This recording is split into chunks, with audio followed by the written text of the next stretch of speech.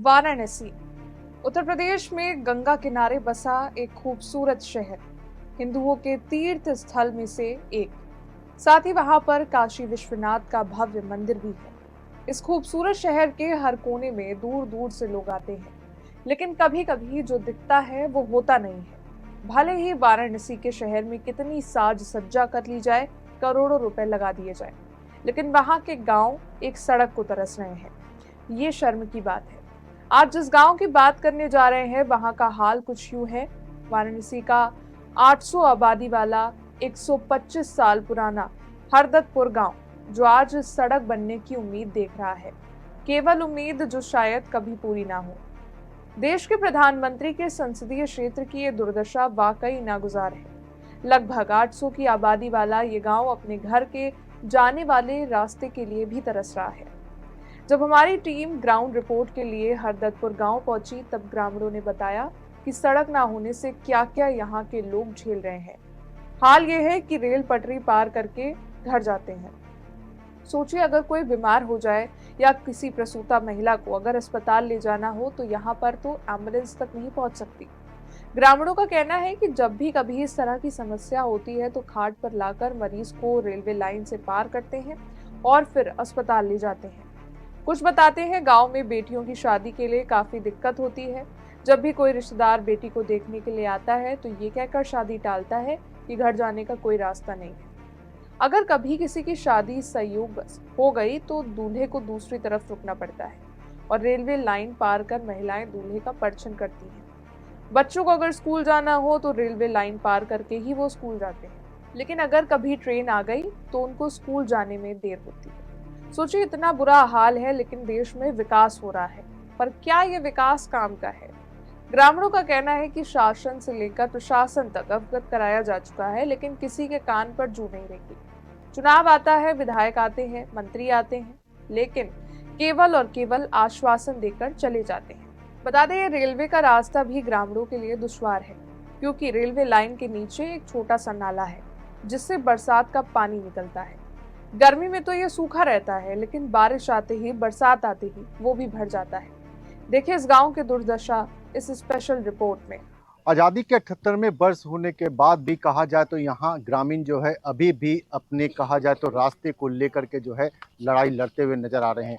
तो इस समय कहा जाए तो वाराणसी शहर से लगभग 13 किलोमीटर दूर हरदत्तपुर गांव है। मैं अभी यहाँ पर मौजूद हूँ और यहाँ पर अगर कहा जाए तो ग्रामीणों की जो एक सबसे प्रमुख समस्याएं हैं वो है रास्ते की। वो रास्ता ऐसा है कि अगर हम बात करें तो वो है रेलवे ट्रैक, यानी कि ग्रामीणों को अगर कहीं भी आना या जाना अगर होता है तो ये रेलवे ट्रैक के माध्यम से जो है वो आती हैं और जाती हैं। तो तमाम कहा जाए तो या तो जान जोखिम में डाल करके जो है कहा जाए तो ग्रामीण जो है अपने कार्य को लेकर के निकलते हैं। तमाम यहाँ पे देख सकते हैं कि यहाँ पे ग्रामीण मौजूद हैं और एक तरह से कहा जाए सरकार जिस तरह से तमाम जो है वादे करती है, और खास करके अगर हम बात करें तो ये प्रधानमंत्री नरेंद्र मोदी का संसदीय क्षेत्र होने के नाते जो है ग्रामीणों को जो है कहा जाए तो अभी भी जो है वो सड़क को लेकर के जो है यानी कि रास्ते को लेकर के जो है जद्दोजहद करते हुए नजर आ रहे हैं। तमाम अधिकारियों को इसके बारे में बताया गया, तमाम जो जनप्रतिनिधि हैं उनको जो है इसके बारे में अवगत कराया गया, लेकिन आज़ादी के कहा जाए तो 78 साल बीतने के बाद भी अभी तक ये ग्रामीण को घर तक जाने के लिए सुगम रास्ता तक नहीं है। तमाम जो है यहाँ पे दिक्कतें ग्रामीणों को हैं, क्योंकि कुछ महिलाएं भी यहाँ पे हैं, आप देख सकते हैं, युवक भी हैं, छात्र भी हैं, तमाम लोग यहाँ पे मौजूद हैं। सबसे पहले यहाँ पे जो महिलाएं हैं उनसे बात कर लेते हैं। सबसे पहले अपना परिचय बता दीजिए।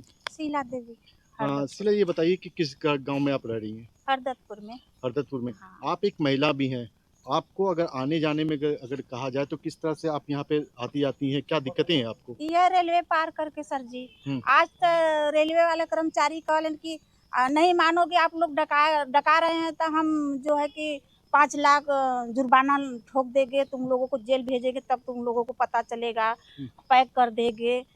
तो हम भाई गलती मांगे हैं कि सर जी हमने से गलती बा, बाकी अब हमने के नहीं कोनो रास्ता बा तो का करल जाए। चाहे जान जाओ चाहे रहो, न डाकल जाए, न डाकिए लड़कन तो कैसे पढ़ जाइए, कैसे कमाए जाइए। 200-400 बजे कमाए जात बा तो 5 लाख जुर्माना ठोकत बा।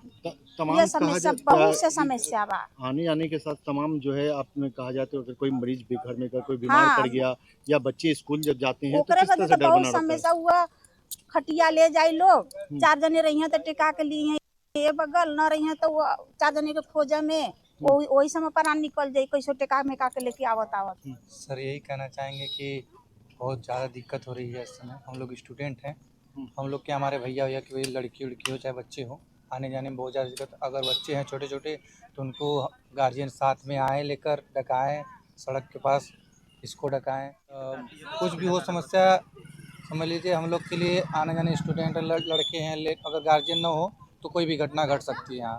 तमाम आप देख सकते हैं कि जिस तरह से जो कहा जाए जो समस्याएं हैं, काफ़ी जटिल समस्याएं हैं और कहा जाए तो सरकार तमाम जिस तरह से वादे करती हैं, सुविधा देने की बात कर रही है। खास करके अगर हम बात करें तो ये प्रधानमंत्री नरेंद्र मोदी का संसदीय क्षेत्र है और संसदीय क्षेत्र का हाल जो है कहा जाए तो खस्ता हाल है। ग्रामीण जो है कहा जाए तो सिर्फ रास्ते को लेकर के परेशान। अगर रास्ता इनको मिल जाता है तो कहा जाए तो बहुत सारे जो समस्याएं हैं, इन समस्याओं का समाधान हो सकता है, लेकिन इस पर ना जनप्रतिनिधि ने क्यों ध्यान दिया और ना ही प्रशासन के लोग में। तो ऐसे में हरदत्तपुर के निवासी जो है काफ़ी कहा जाए तो इसमें डरे समय से हैं, क्योंकि इनके जो कहा जाए तो बच्चे जो है इसी रास्ते से आते हैं। इनको खुद का जो है इसी कहा जाए तो रेलवे ट्रैक को क्रॉस करके जाना पड़ता है और काफ़ी असुविधाओं का सामना करना पड़ता है। आज की खबर के लिए मदन मोहन शर्मा, वाराणसी।